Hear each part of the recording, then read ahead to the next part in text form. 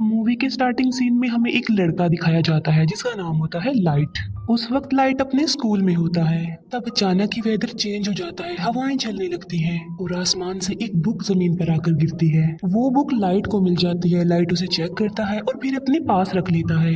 यहाँ पर हम ये जान पाते हैं कि ये कोई आम बुक नहीं थी, बल्कि ये एक एंशिएंट बुक थी। तभी वहाँ पर बारिश भी होने लगती है। अंदर जाते हुए लाइट देखता है कि स्कूल का एक नॉटी लड़का दूसरे लड़के को परेशान कर रहा है और लाइट उस लड़के को ऐसा करने से मना करता है, जबकि बदले में वो लड़का लाइट को पंच मारता है। लाइट के साथ साथ उसका बैग भी जमीन पर गिर जाता है। एक टीचर को लाइट के बैग से दूसरे स्टूडेंट्स के होमवर्क मिल जाते हैं। यहाँ पर लाइट का ये सीक्रेट रिवील हो जाता है कि वो दूसरे स्टूडेंट्स के होमवर्क करता है। इस बात की वजह से लाइट को प्रिंसिपल के पास भेजा जाता है। पनिशमेंट देने के लिए लाइट को अकेला ही एक रूम में रखा जाता है। जब वो अकेला बैठा होता है तो उसे वो एंशिएंट बुक याद आ जाती है। फिर वो उस बुक को रीड करने लगता है और ये कोई सिंपल बुक नहीं थी, बल्कि रूल से भरी हुई थी। यानी इस बुक को रखने के भी असूल थे। ये बुक सदियों पुरानी थी। इस बुक को पाकर लाइट को काफी अजीब फील होता है। जब वो इस बुक को एग्जामिन कर रहा होता है तब वहाँ पर अजीब चीजें होना शुरू हो जाती हैं। वहाँ पर लाइट एक अजीब चीज को नोटिस करता है, जो इंसान नहीं था बिल्कुल भी, बल्कि वो एक क्रिएचर था। उसकी बॉडी की स्किन नोकदार थी और वो काफी डरावना और क्रीपी लुक दे रहा था। लाइट उसे देखकर बहुत ज्यादा डर जाता है, लेकिन बाद में उसे सारी बात समझ में आ जाती है कि ये कोई क्रिएचर नहीं बल्कि एंजल ऑफ डेथ है, यानी मौत का फरिश्ता। और ये एंजल ऑफ डेथ इस बुक का गार्डियन है। एंजल ऑफ डेथ लाइट को इस बुक की रियलिटी बताता है कि ये क्या क्या कर सकती है। इस बुक में कुछ स्पेसिफिक नोट्स हैं जिन्हें डेथ नोट्स कहा गया है। जिस इंसान के पास ये बुक होती है वही इसका ऑनर होता है, यानी उस वक्त इस बुक का ऑनर लाइट था। इस बुक की बड़ी बात यह है कि इसके डेथ नोट्स पर जिसका भी नाम लिखा जाएगा वो मर जाएगा। बुक का मालिक किसी को भी अपनी पसंद के तरीके से मार सकता है। लाइक वो कोई भी तरीका चूज करके बुक में राइट कर दे तो मरने वाला सेम उसी मेथड उसी पैटर्न से ही मरेगा। लेकिन ऐसा करने के लिए ऑनर को कुछ रूल्स को फॉलो करना होगा। लाइट फिलहाल तो इस बात पर बिलीव नहीं करता। बुक के साथ जो एंजल ऑफ डेथ होता है वो सिर्फ उसी इंसान को नजर आता है जो बुक का ऑनर होता है उस वक्त। अब एंजल ऑफ डेथ लाइट को बताता है कि 7 दिन में उसने इस बुक में एक नाम तो जरूर लिखना है, और अगर उसने ऐसा ना किया और किसी का भी नाम इस बुक में ना लिखा तो ये बुक किसी और के पास चली जाएगी। किसी का भी नाम बुक में लिखने की शर्त ये है कि ऑनर को उस पर्सन का ओरिजिनल नेम और फेस जरूर याद होने चाहिए, और मौत का कोई एक तरीका लिखा जाएगा जो एक्चुअल में होता है। एंजल ऑफ डेथ लाइट को कहता है कि तुम्हें जरूर इस बुक को आजमाना चाहिए। तभी लाइट विंडो से उस नॉटी लड़के को देखता है जो उस वक्त भी किसी को परेशान कर रहा होता है और उसने लाइट को भी मारा था। एंजल ऑफ डेथ की बात मानकर लाइट उस बुक में उसी लड़के का नाम राइट कर देता है और उस लड़के की मौत का वो ये तरीका लिखता है कि उसका सर क्रश होगा। फिर हम बाहर का नजारा देखते हैं जो कि अचानक से बदल जाता है। दो गाड़ियां आपस में टकरा जाती हैं और एक गाड़ी में लोहे की लेडर्स पड़ी हुई थी, जिससे सच में उस लड़के का सर क्रश हो जाता है। लाइट समेत सब लोग ये देखकर काफी हैरान रह जाते हैं। ये सब कुछ देखकर अब लाइट को भी यकीन आ गया था कि जो कुछ भी उसे एंजल ऑफ डेथ ने बताया है वो सच है। इसी वजह से लाइट काफी डर जाता है। एंजल ऑफ डेथ लाइट को बताता है कि तुम इस बुक की मदद से बहुत कुछ कर सकते हो, लेकिन अगर तुम इस बुक को लेना नहीं चाहते तो मैं इसका मालिक किसी और को बना दूंगा। इसके बाद लाइट अपने घर वापस आ जाता है। घर में हम लाइट के फादर को देखते हैं जो कि एक डिटेक्टिव थे। फिर हमें दिखाया जाता है कि कुछ साल पहले एक क्रिमिनल ने लाइट की मदर का मर्डर कर दिया था, लेकिन वो क्रिमिनल सबूत ना होने की वजह से खुला घूम रहा था। इस बात की वजह से दोनों बाप बेटे के रिलेशन भी कुछ खास नहीं थे। लाइट अपने फादर से नाराज होता है कि आप मेरी मदर की मौत का बदला नहीं ले रहे हैं। इस बात को लेकर लाइट हमेशा अपसेट ही रहता था। फिर लाइट को एक आइडिया आता है कि मैं उस क्रिमिनल का नाम भी उस डेथ नोट में लिख देता हूँ, और वो ऐसा ही करता है। उस क्रिमिनल का नाम वो डेथ नोट में लिख देता है। फिर हमें वही क्रिमिनल दिखाया जाता है जो कि अपने साथियों के साथ पार्टी कर रहा था, और सडन देखते ही देखते सबकी आंखों के सामने उसकी मौत हो जाती है। जब बाप बेटे को उस क्रिमिनल की डेथ की खबर मिलती है तो वो काफी खुश हो जाते हैं। यहाँ पर लाइट ने अपनी मदर की डेथ का बदला भी ले लिया और लाइट और उसके फादर का रिलेशन भी अच्छा हो गया। फिर लाइट सोचता है कि आखिर इस बुक की पावर को अच्छे कामों के लिए कैसे इस्तेमाल किया जाए। लाइट स्कूल में बैठा हुआ ये बात सोच रहा था, तभी लाइट के पास एक लड़की आ जाती है जिसका नाम होता है मिया। मिया लाइट की बेस्ट फ्रेंड होती है। इसी वजह से लाइट उसे अपना ये सीक्रेट बता देता है कि मुझे एक मिस्टीरियस बुक मिली है जिस पर अगर किसी का नाम लिख दें तो वो मर जाता है। लेकिन मिया इस बात का बिलीव नहीं करती। इस बात को प्रूव करने के लिए लाइट मिया को लाइव न्यूज दिखाता है जहां एक किलर दिखाया जाता है। लाइट उस किलर के बारे में डेथ नोट में लिख देता है कि एक गाड़ी उसे हिट कर देगी जिसकी वजह से वो मर जाएगा। अब क्योंकि लाइट को उस क्रिमिनल का नाम और चेहरा मालूम थे तो बिल्कुल ऐसा ही होता है। ये देखकर मिया काफी शॉक्ड रह जाती है। वो प्लान बनाते हैं कि अब हम एक बड़ी ताकत के मालिक हैं और हम इस बुक की मदद से बुरे लोगों को इस दुनिया से मिटा देंगे।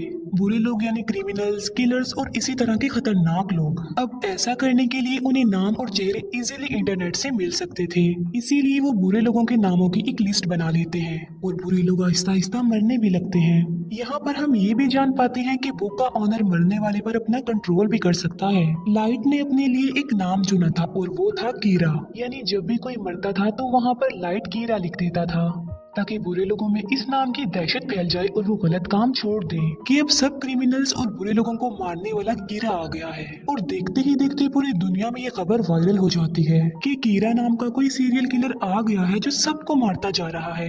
और कुछ लोग तो कीरा को सपोर्ट भी कर रहे थे कि ऐसे कम से कम दुनिया से बुरे लोग तो खत्म होंगे। अब क्योंकि था तो वो किलर ही, तो पुलिस उसे ढूंढना चाहती थी। अब क्योंकि कोई भी सबूत लाइट के खिलाफ नहीं था तो उस तक पहुंचना इम्पॉसिबल था। फिर एक इंटेलिजेंट डिटेक्टिव को इस केस के लिए हायर किया जाता है। इस डिटेक्टिव का नाम होता है एल, जो कि काफी स्मार्ट था, जो कि अपने फेस को हमेशा कवर रखता था और उसका ओरिजिनल नेम भी कोई भी नहीं जानता था। लाइट और मिया अपनी लाइफ में काफी खुश थे और 400 से ज्यादा लोगों को मार चुके थे। एल एक कॉन्फ्रेंस में अनाउंस करता है कि कीरा सबके सामने आ जाओ। एल क्योंकि काफी स्मार्ट था तो वो इस केस को स्टार्ट से ही देखता है। अब क्योंकि लाइट के फादर भी एक डिटेक्टिव थे तो एल उन्हें भी अपने साथ ही मिला लेता है ताकि वो जल्द से जल्द कीरा तक पहुंच जाए। लाइट और मिया काफी वरीड हो जाते हैं क्योंकि उन्होंने कभी ये नहीं सोचा था कि उन्हें पकड़ने की साजिश भी की जाएगी, क्योंकि अभी तक तो वो मजे में थे। लेकिन एल की एंट्री ने उनके टेंशन को बढ़ा दिया। लाइट अपने फादर से पूछता है कि अगर कीरा को पकड़ लिया तो उसके साथ क्या किया जाएगा। लाइट के फादर कहते हैं कि आधे लोग कहेंगे कि कीरा को फांसी की सजा होनी चाहिए, जबकि आधे लोग कहेंगे कि आखिर इसने ये सब कुछ कैसे किया, इस बात पर रिसर्च की जाए। ये सुनकर लाइट की टेंशन और ज्यादा बढ़ जाती है। फिर ये सारी बात वो मिया को भी बताता है और उसे कहता है कि अब हमें ये सब कुछ स्टॉप कर देना चाहिए, क्योंकि एल के शक के दायरे में बहुत सारे लोग थे जिनमें लाइट भी शामिल था, क्योंकि वो अपने फादर के डाटा को इजीली एक्सेस कर सकता था। इसीलिए एल एक एजेंट को लाइट के पीछे लगा देता है ताकि वो लाइट की एक्टिविटीज पर नजर रख सके। जब लाइट को इस बात का रियलाइज होता है तो वो खुद को नॉर्मल रखता है। बुक में लाइट का इंटरेस्ट कम होता देखकर मिया को बुरा लग जाता है, क्योंकि ये सब करके मिया काफी इंजॉय कर रही थी। लाइट और मिया के लिए उनके रास्ते का पत्थर एल बन गया था, लेकिन वो चाहकर भी एल को नहीं मार सकते थे, क्योंकि ना तो वो लोग उसका ओरिजिनल नेम जानते थे और ना ही उन्होंने कभी उसकी शक्ल देखी थी, जो कि बुक का रूल भी था। लाइट और मिया इस बात पर डिस्कस कर रहे होते हैं कि इस बुक में उन सारे एजेंट्स के नाम राइट करने चाहिए जो कीरा को ढूंढ रहे हैं, ताकि बाकी डिटेक्टिव्स कीरा से डर जाएं और मजबूरन उन्हें इस केस को बंद करना पड़े। ये सब कुछ मिया करना चाहती थी, लेकिन लाइट ऐसा कुछ भी नहीं करना चाहता था, क्योंकि वो इनोसेंट लोगों की जान लेना नहीं चाहता था। इसीलिए मिया को भी लाइट की ये बात माननी पड़ती है और उस पर एग्री करती है। दूसरी तरफ एल को ये भी पता चल जाता है कि कीरा ने सिर्फ उन लोगों को अपना विक्टिम बनाया है जिन लोगों को टीवी पर दिखाया गया है, और कीरा उन लोगों को नहीं मार सकता जिसका फेस और नाम वो नहीं जानता। अब उस पर शक ना आए इसीलिए लाइट डिसाइड करता है कि वो कुछ दिन लोगों को नहीं मारेगा। लेकिन सडन एक इंसिडेंट हो जाता है। वो सारे एजेंट्स बिल्डिंग से कूदकर सुसाइड कर लेते हैं, जो कि इस केस में शामिल थे और कीरा को ढूंढ रहे थे। लेकिन ये नाम तो लाइट ने नहीं लिखे थे, तो फिर ये नाम किसने लिखे थे? यहाँ से सिचुएशन खराब हो जाती है, क्योंकि अब तक सिर्फ कीरा बुरे लोगों को ही मारता आ रहा था। सब उसे हीरो समझ रहे थे, मगर अब तो उसने पुलिस को भी मार दिया। इसीलिए अब वो हीरो नहीं बल्कि खतरा बन गया जो किसी को भी मार सकता है। इस बात को लेकर लाइट काफी वरीड हो जाता है। वो एंजल ऑफ डेथ से पूछता है कि क्या ये सब कुछ तुमने किया? तब एंजल ऑफ डेथ कहता है कि ये नाम किसी और ने लिखे हैं, क्योंकि ये काम मैं नहीं कर सकता। लाइट के फादर अपनी कॉन्फ्रेंस में कीरा को चैलेंज करते हैं कि इनोसेंट लोगों को मारना बंद कर दो। अगर हिम्मत है तो मुझे मारकर दिखाओ और सबके सामने आ जाओ। ये न्यूज़ लाइट और मिया भी देख रहे थे। गुस्से में आकर मिया लाइट को कहती है कि तुम अपने फादर का नाम भी लिख दो उस बुक में। मिया को कहता है कि मैं अपने फादर को कैसे मार सकता हूँ, तुम्हारा क्या दिमाग खराब हो गया है? एल और भी समझदारी से इस केस को हैंडल कर रहा था। वो देखता है कि अब लाइट के फादर को कीरा मारेगा या फिर नहीं, मगर ऐसा नहीं होता। अब क्योंकि लाइट के फादर नहीं मरते, जिससे एल का जो शक लाइट पर था अब वो यकीन में बदल जाता है, क्योंकि आखिर वो भी तो एक डिटेक्टिव ही है जो इस केस को हैंडल कर रहे हैं, मगर कीरा ने उन्हें नहीं मारा। यानी कीरा कोई और नहीं बल्कि लाइट ही है। इसीलिए रात को एल लाइट से मिलता है और उसे उगलवाने की कोशिश करता है कि तुम ही कीरा हो। एल लाइट से काफी क्वेश्चंस भी करता है और उसे अपना फेस भी दिखा देता है और कहता है कि ये सब कुछ करना अब बंद कर दो। लाइट उसकी बातों को इग्नोर करके वहाँ से चला जाता है। अब खतरा उसके सर पर ही था। वो चाहते हुए भी एल को नहीं मार सकता था।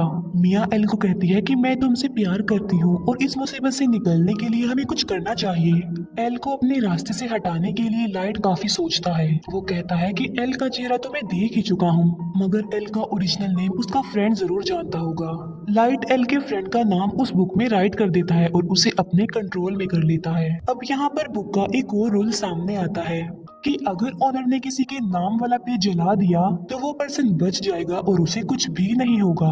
लेकिन एंजल ऑफ डेथ लाइट को बताता है कि ये सिर्फ एक ही दफा होगा।